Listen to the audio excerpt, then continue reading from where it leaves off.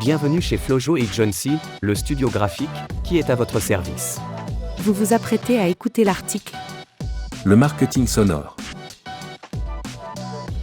Le marketing sonore est une technique de marketing qui utilise le son comme outil de communication pour promouvoir une entreprise, un produit ou un service.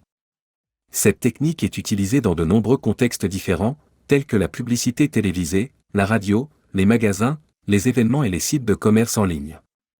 Le marketing sonore peut être utilisé de différentes manières pour atteindre les consommateurs.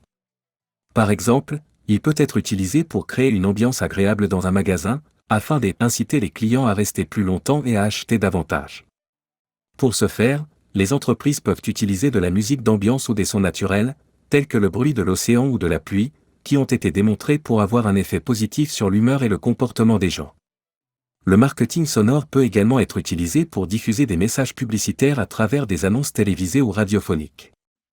Les annonces sonores sont souvent utilisées pour promouvoir des produits ou des services de manière mémorable et attrayante, en utilisant des jingles, des slogans ou des personnages de marques reconnus. Il peut s'agir, par exemple, d'un animateur connu à la télé ou à la radio, qui prête sa voix, pour une publicité ou une annonce.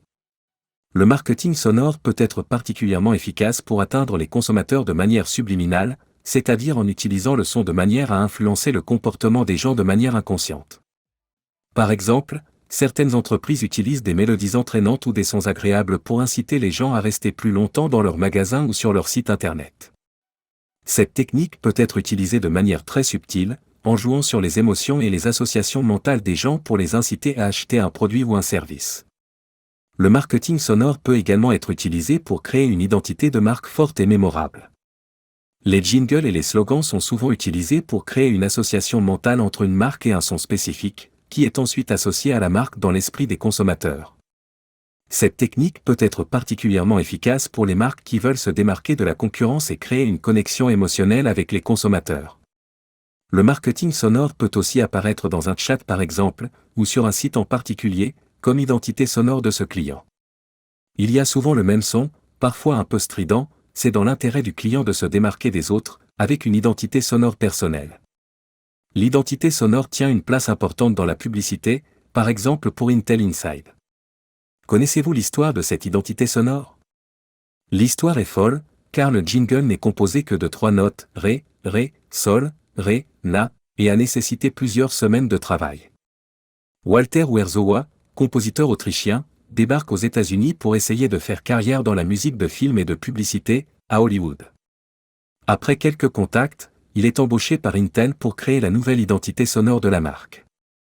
Pour cela, il a quelques contraintes importantes, pas plus de 3 secondes, une mélodie facile à retenir, une mélodie qui véhicule des idées de confiance et innovantes, et la plus compliquée, on lui explique que Intel est un produit qui se place à l'intérieur d'un autre produit. En d'autres mots, il faudrait qu'il arrive, avec un jingle de moins de 3 secondes, à faire comprendre que ce produit est inclus dans un autre produit.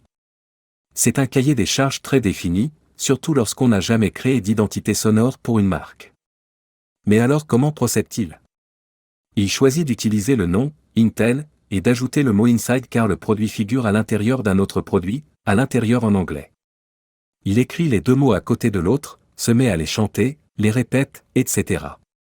Il se rend compte que le mot « tel » vient entre 2 fois « in », il se dit que les 2 mots « in » pourraient avoir la même note. C'est la raison pour laquelle, il y a 2 fois la note « ré ». Mais ce n'est pas tout. Dans le brief, il est marqué que la marque doit avoir un côté innovant. Il sait aussi, grâce à son expérience, que les notes aiguës ont un côté plus technologique, plus innovant. Il cherche alors un instrument avec une connotation métallique, il hésite entre le marimba et le xylophone. N'arrivant pas à faire son choix, il utilise les 2. Mais il manque encore quelque chose. Il manque le « Intel ». Comme ça, c'est trop simple, trop facile, pas assez abouti. Il se dit qu'il serait intelligent de rajouter une note mystérieuse au début, le premier « Ré », puis de rajouter les autres notes qui donnent la réponse. Ça donne l'effet, mais qu'est-ce qu'il y a dedans? La réponse, Intel Inside. Le coup de magie vient aussi de l'équipe marketing qui a imposé, à tous les distributeurs et revendeurs, d'insérer le logo sonore d'Intel Inside dans toute leur publicité. À la fin, on retient plus le logo et l'identité d'Intel que la marque du client en question. J'ai appris cette anecdote sur les vidéos de Frank Coty, j'en profite pour le remercier, pour sa recherche et son analyse de plusieurs autres logos. Je vous invite à le suivre sur YouTube et sur les autres réseaux, c'est très intéressant. Il est important de noter que le marketing sonore doit être utilisé de manière responsable et respectueuse des consommateurs. Les annonces sonores doivent être pertinentes et utiles pour les gens, et ne pas être envahissantes ou intrusives. Il est important de l'utiliser de manière responsable et respectueuse, en veillant à ce que les annonces sonores soient pertinentes et utiles pour les gens et en respectant les réglementations en vigueur.